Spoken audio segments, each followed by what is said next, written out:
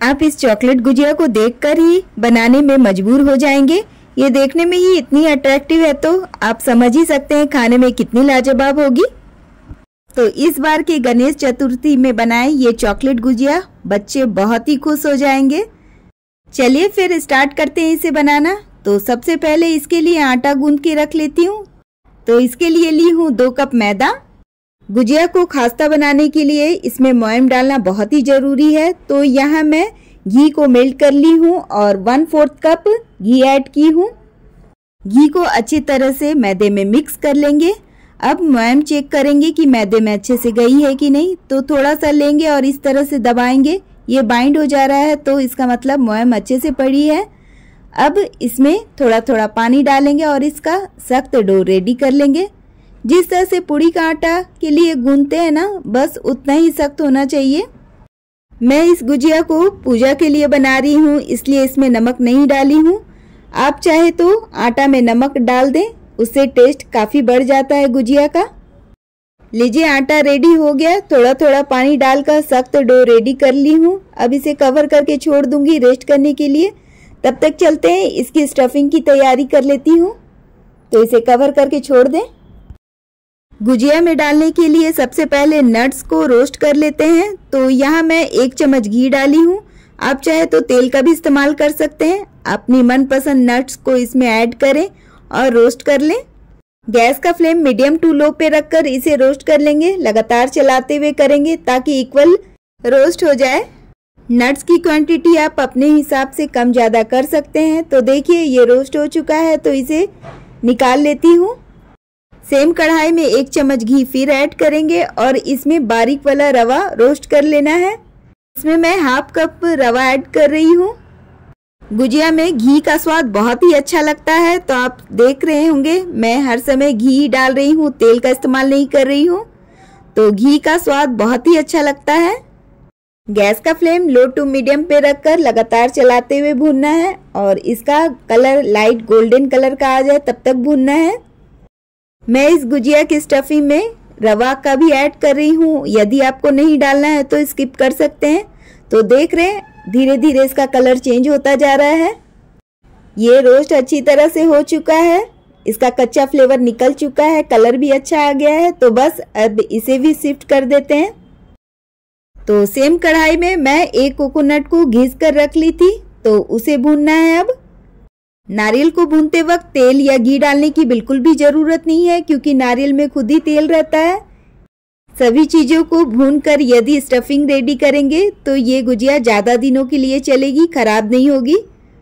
भूनते वक्त बस एक बात का ध्यान रखना है, गैस का फ्लेम हाई पे रखकर नहीं भूनना है, वरना जल जाएगा। तो बीच बीच में चलाते हुए भूने और गैस का फ्लेम मीडियम टू लो पे रखकर ही भूने।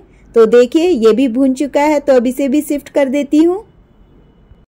ये रोस्टेड नट्स ठंडा हो चुका है तो अब इसका बारीक चॉप कर लेंगे। मैं इस नट्स में काजू, बादाम, अखरोट और किशमिश का इस्तेमाल की हूँ।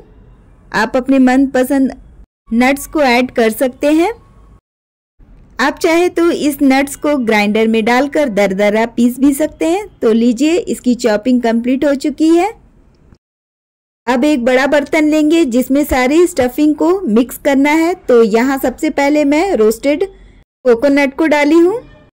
रोस्टेड रवा को भी ऐड करना है। अब इसमें शुगर पाउडर ऐड कर रही हूँ। तो यहाँ मैं 1 कप शुगर पाउडर डाली हूँ। अब चॉप्ड नट्स को ऐड करना है। साथ ही यहाँ मैं मावा ली हूँ 1 कप। ये मेरा घर का ही बना हुआ मावा है। अब इसमें 2 चम्मच करीब हरी इलायची का पाउडर डालना है। अब सभी चीज़ों को अच्छी तरह से मिक्स कर लेना है। इसमें जो मैं चीनी ऐड की हूँ उसे कम ज़्यादा कर सकते हैं, आपको जितना मीठा पसंद है उसके हिसाब से डालें। लीजिए ये स्टफिंग बिल्कुल रेडी है, अच्छी तरह से मिक्स हो चुका है। ये गुजिया में जाने के लिए बिल्कुल रेडी है। चलिए अब मैदा को चेक कर लेते हैं। तो कवर हटाकर एक बार गूंद लेना है फिर से। तो बस थोड़ा ही गूंदना है ताकि ये सॉफ्ट हो जाए। और गूंदने के बाद इसे 2 भाग में डिवाइड कर देना है। अब इस डो से इक्वल पेड़ा रेडी करना है। तो सेम साइज का बने तो उसके लिए आप इस तरह से कर सकते हैं। पहले इसे रोल बेलन का आकार दे देंगे। इस तरह से लंबा कर लेंगे। इस तरह दोनों हाथ के हथेलियों से रब करते हुए बेलन का आकार दे चुकी हूँ। अब इसे छोटे छोटे पीस में काट लेना है ताकि इक्वल हमारा पेड़ा रेडी हो सके। तो देखिए इस तरह से काट लेंगे। ये काफ़ी इजी प्रोसेस है पेड़ा रेडी करने का। तो बस अब सारे पेड़े को अलग कर देंगे और एक को बेलना शुरू करेंगे। तो सभी को साइड कर देते हैं। पहले इस तरह हथेली से प्रेस करेंगे। अब इसे बेलना शुरू करते हैं। आप चाहे तो एक बड़ी सी रोटी बनाकर उसे ग्लास या कटोरी की हेल्प से काट भी सकते हैं।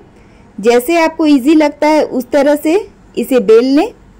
तो देखिए कुछ इस तरह की उसकी थिकनेस रहनी चाहिए। तो इसी तरह से सभी को बेल कर रेडी कर लेते हैं। तो मैं गुजिया के स्टफिंग के लिए सांचा का इस्तेमाल कर रही हूँ। तो उसमें एक बेली हुई पूड़ी को डालने के बाद चम्मच की हेल्प से स्टफिंग अच्छे से भर दूंगी। अब इसमें चारों तरफ से पानी लगाना है ताकि ये अच्छे से चिपक जाए, खुले नहीं तेल में जाने के बाद। तो पानी लगाने के बाद इसे बंद कर देंगे और टाइट से प्रेस करेंगे और इसमें जितना भी एक्स्ट्रा ये निकल रहा है डो इसे बाहर निकाल लेंगे। प्रेस करने के बाद ही इसके एक्स्ट्रा पार्ट को निकालें। तो देखिए इस तरह से इसे निकाल लेंगे।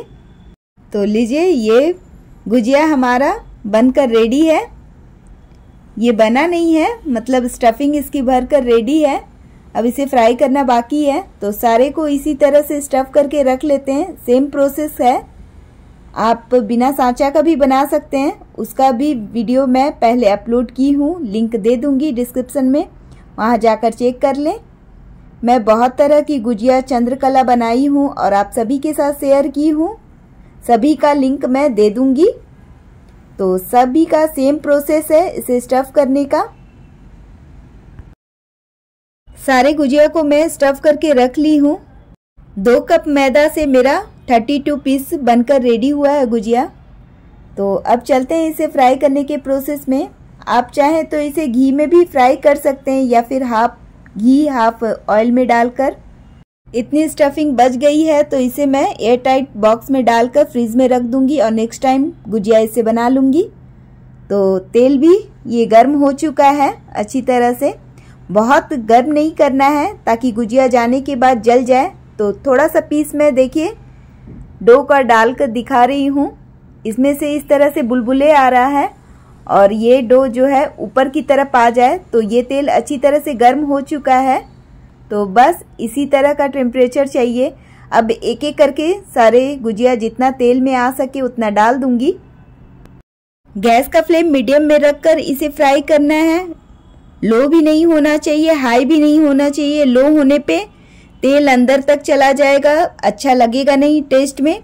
और हाई रहने पे ऊपर से जल जाएगा, अंदर से पकेगा नहीं। तो इसलिए मीडियम फ्लेम पे ही इसे फ्राई करें और तुरंत इसे नहीं पलटेंगे। जब ये तेल के ऊपर आ जाए तभी इसे पलटेंगे और अलट पलट कर गोल्डन कलर आने तक इसे फ्राई कर लेना है।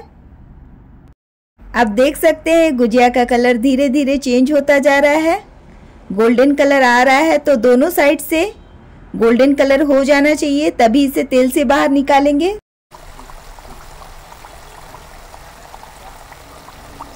सभी तरफ से ये गोल्डन कलर हो चुका है। आप देख सकते हैं बहुत ही अच्छा लग रहा है, अच्छे से फ्राई हो चुका है। तो बस अब इसे तेल से बाहर निकाल लेते हैं। सभी गुजिया को इसी तरह से फ्राई कर लेना है, सेम प्रोसेस है। गुजिया तो ऐसे ही बहुत ही टेस्टी होती है, लेकिन ऊपर से चॉकलेट की कोटिंग रहे तो आप समझ ही सकते हैं वो और टेस्ट में कितना अच्छा लगेगा।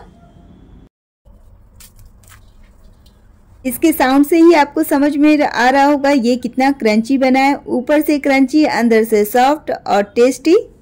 गुजिया तो रेडी हो गई है। अब चलते हैं इसमें चॉकलेट की लेयरिंग के लिए। तो यहाँ मैं 3 तरह की चॉकलेट ली हूँ और इसे काटने के बाद तीनों अलग अलग कटोरी में रख ली हूँ ताकि तीनों को मेल्ट कर लूँ।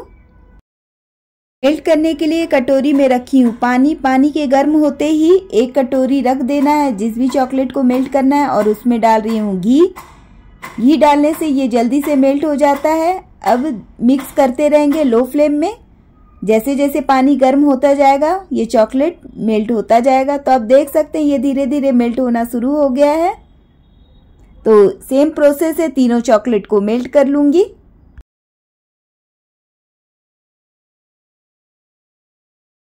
चॉकलेट में लिपटी हुई गुजिया को इस बटर पेपर में रखेंगे ताकि ये ड्राई होने के बाद आसानी से निकल जाए।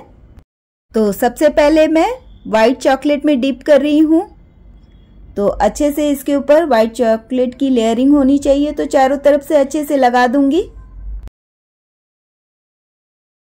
इसमें जितना भी एक्स्ट्रा चॉकलेट है उसे इस तरह से निकाल लेंगे और उसके बाद बटर पेपर में रखते जाऊंगी। गुजिया तो आप सभी ने कई बार खाए होंगे। क्या कभी चॉकलेट लेयरिंग वाली गुजिया खाए हैं? कमेंट करके ज़रूर बताइएगा। ये बच्चों को तो पसंद आएगा ही, साथ ही बड़ों को भी काफ़ी पसंद आने वाला है। तो तीनों चॉकलेट की इस तरह से चॉकलेट की लेयरिंग करने के बाद प्लेट में रखते जाऊंगी। आप चाहे तो चॉकलेट में डूबी हुई गुजिया को इस तरह से भी खा सकते हैं, लेकिन मैं इसे और भी अट्रैक्टिव दिखाने के लिए इसमें चॉकलेट की लेयरिंग करूंगी।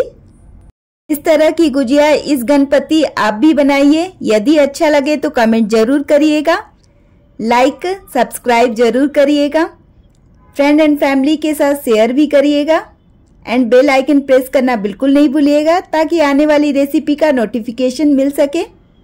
चॉकलेट की लेयरिंग के बाद आप देख सकते हो गुजिया कितनी अट्रैक्टिव लग रही है।